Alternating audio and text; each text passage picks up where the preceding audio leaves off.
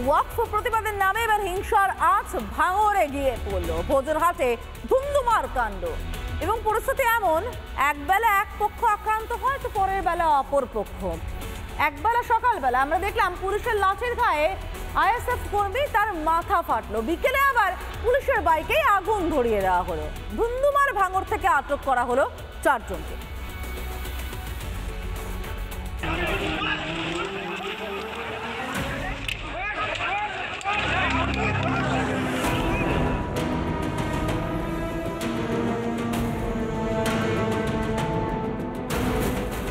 ওয়াকফ হিংসার আগুনে অশান্ত মুর্শিদাবাদ, এবার সেই আঁচ লাগলো ভাঙড়েও। পুলিশি অত্যাচারের প্রতিবাদে রণক্ষেত্র ভাঙড়। এই আধলাইটের টুকরো দিয়েই যে পুলিশের গাড়ি, সেই পুলিশের গাড়ি ভাঙচুর করা হয়েছে, সঙ্গে একাধিক গাড়ির ওপরে হামলা চালানো হয়েছে। অর্থাৎ কলকাতা পুলিশের একাধিক গাড়ির ওপরে হামলা চালানো হয়েছে।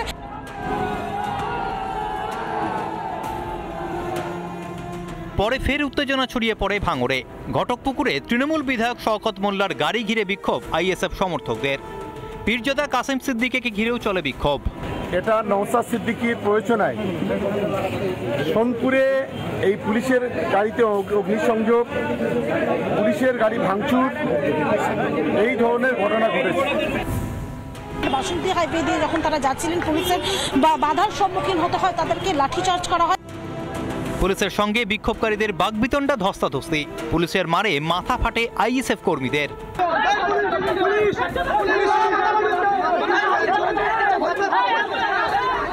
এরপরই শুরু হয় অবরোধ।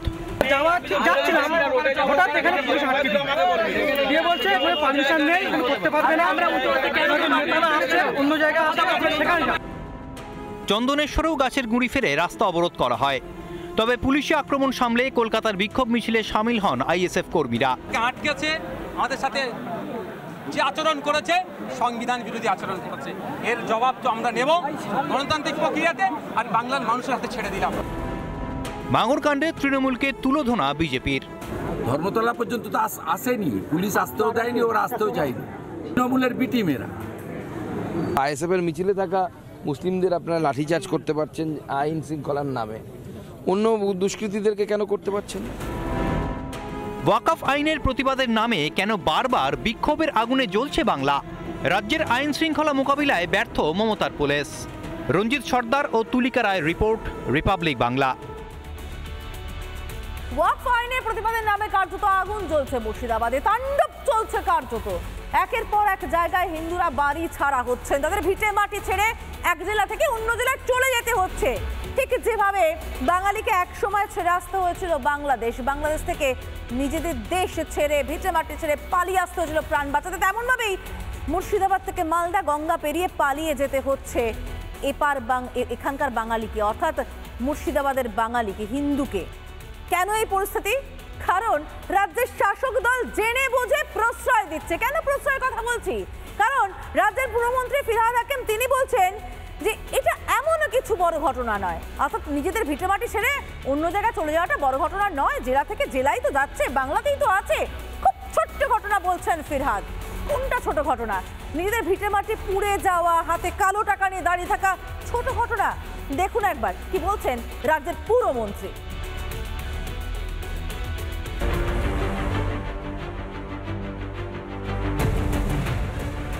তাতে এতে অনেক বড় ঘটনা তো গুজরাটে হয়েছে।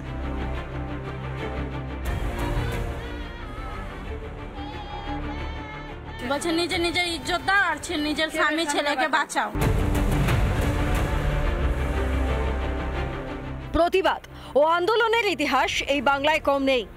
স্বাধীনতা আন্দোলন থেকে 2011-র পালা বদল, কিন্তু ওয়াকফ আইনের প্রতিবাদের নামে কি ছবি দেখছে বাংলা? মমতার পুলিশ বাংলার মানুষকে রক্ষা করতে ব্যর্থ, কেন্দ্রীয় বাহিনী ও বিএসএফ নেমেছে এলাকায়। অন্যদিকে রাজ্যের মন্ত্রী ফিরহাদ হাকিম এই মুর্শিদাবাদ নিয়ে মিথ্যাচার করতে ব্যস্ত। ऐसा कोई बात नहीं है, यहाँ पर ऐसा कोई परिस्थिति नहीं है।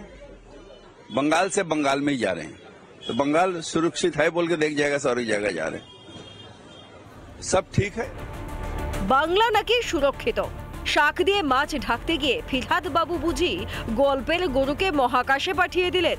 তবে মুখ্যমন্ত্রীর প্রিয় পাত্র ববি হাকিম এখানেই থেমে থাকেননি। একটা ঘটনাকে কেন্দ্র করে কখনো হয় না, তাতে এতে অনেক বড় ঘটনা তো গুজরাটে হয়েছে, সেখানে বিজেপি কেন চুপ? ইউপিতে অনেক বড় বড় ঘটনা ঘটে। হিন্দুদের বাড়ি জ্বলছে, মা বোনেদের সম্ভ্রমে হাত পোড়ার অভিযোগ উঠছে, আর সেই সব ঘটনাকেই ছোট ঘটনা প্রমাণে ব্যস্ত রাজ্যের মন্ত্রী ফিরহাদ হাকিম।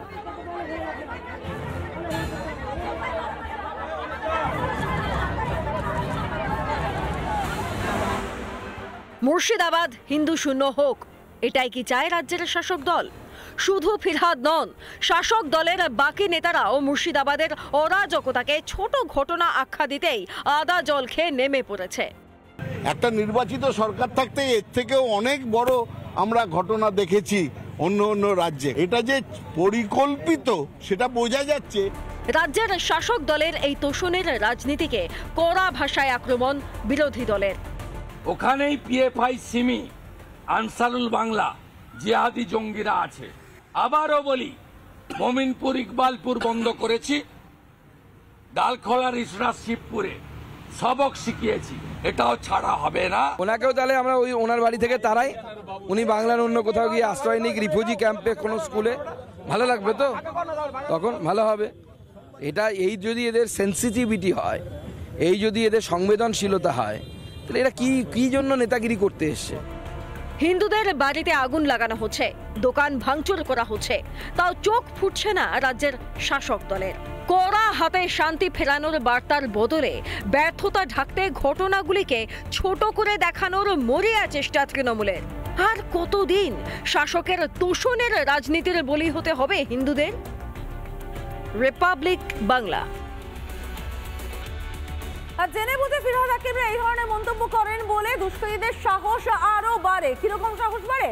একদিকে যখন শুনলেন পুরমন্ত্রী বলছেন ছোট ঘটনা, এমন কিছু ব্যাপার না, বাংলা থেকে বাংলাতেই রয়েছে, ঠিক তখন গাজনে সন্ন্যাসীরা আক্রান্ত হচ্ছেন। গাজনে গিয়েছিলেন তারা, চড়ককে গিয়েছিলেন শিলিগুড়িতে, এবং সেখানেই তারা আক্রান্ত হন। আক্রান্ত তো হলেন, তখন কিন্তু পুলিশের দেখা নেই। অথচ যখন হিন্দুরা প্রতিরোধ গড়ে তুলল, তখন হঠাৎ ঝাঁপিয়ে পড়ল পুলিশ। দেখুন গাজনে ঠিক কি পরিস্থিতি।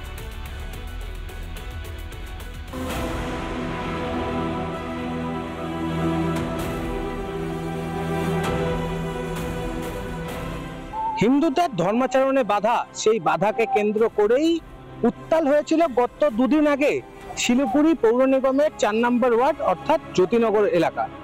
আমি একটু দেখানোর চেষ্টা করছি জ্যোতিনগর এলাকার চড়ক ময়দান। এই চড়ক ময়দানে দীর্ঘ বহু বছর ধরে হিন্দু সংস্কৃতি মেনে চড়ক মেলার আয়োজন করে মেলা কর্তৃপক্ষ। ঠিক এই মেলাকে কেন্দ্র করেই ঘটনার সূত্রপাত। অভিযোগ, সারা দিনের ব্রত সেরে নদীর পাড়ে গিয়েছিলেন গাজন সন্ন্যাসীরা।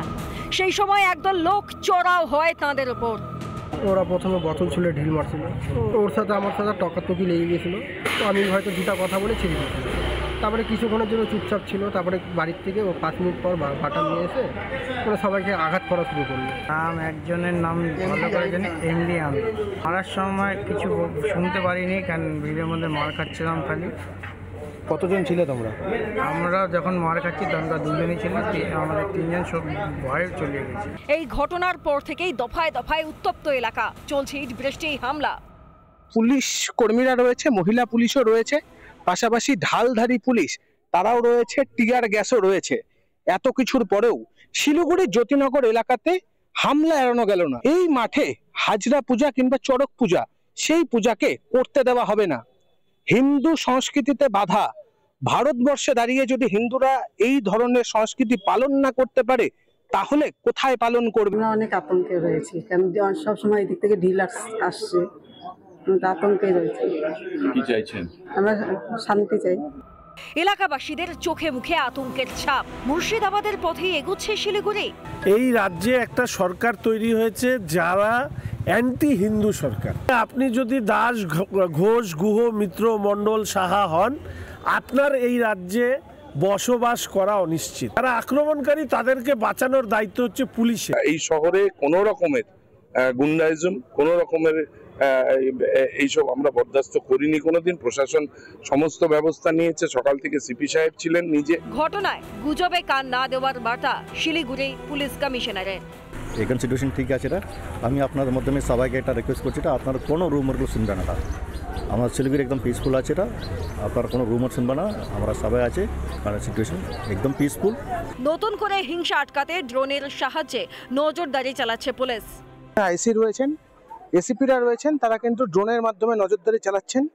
ড্রোন নিয়ে আসা হয়েছে, সেই ড্রোন এলাকাতে ঘুরিয়ে ওপর থেকে দেখা হচ্ছে কোথাও কোনো অবৈধ জমায়েত হয়েছে কিনা।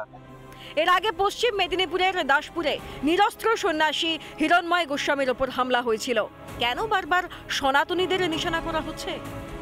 দেখার বিষয় পুলিশ প্রশাসন কতটা দক্ষতার সাথে এই ঘটনা সামাল দিতে পারে। শিলিগুড়ি থেকে রণজিৎ বোস, রিপাবলিক বাংলা। নানা ধরনের কন্টেন্ট দেখার জন্য লাইক করুন, শেয়ার করুন আমাদের ফেসবুক পেজ, সাবস্ক্রাইব করুন আমাদের ইউটিউব চ্যানেল। পাশাপাশি অন্যান্য ব্রেকিং নিউজের জন্য অবশ্যই চোখ রাখুন রিপাবলিক বাংলায়।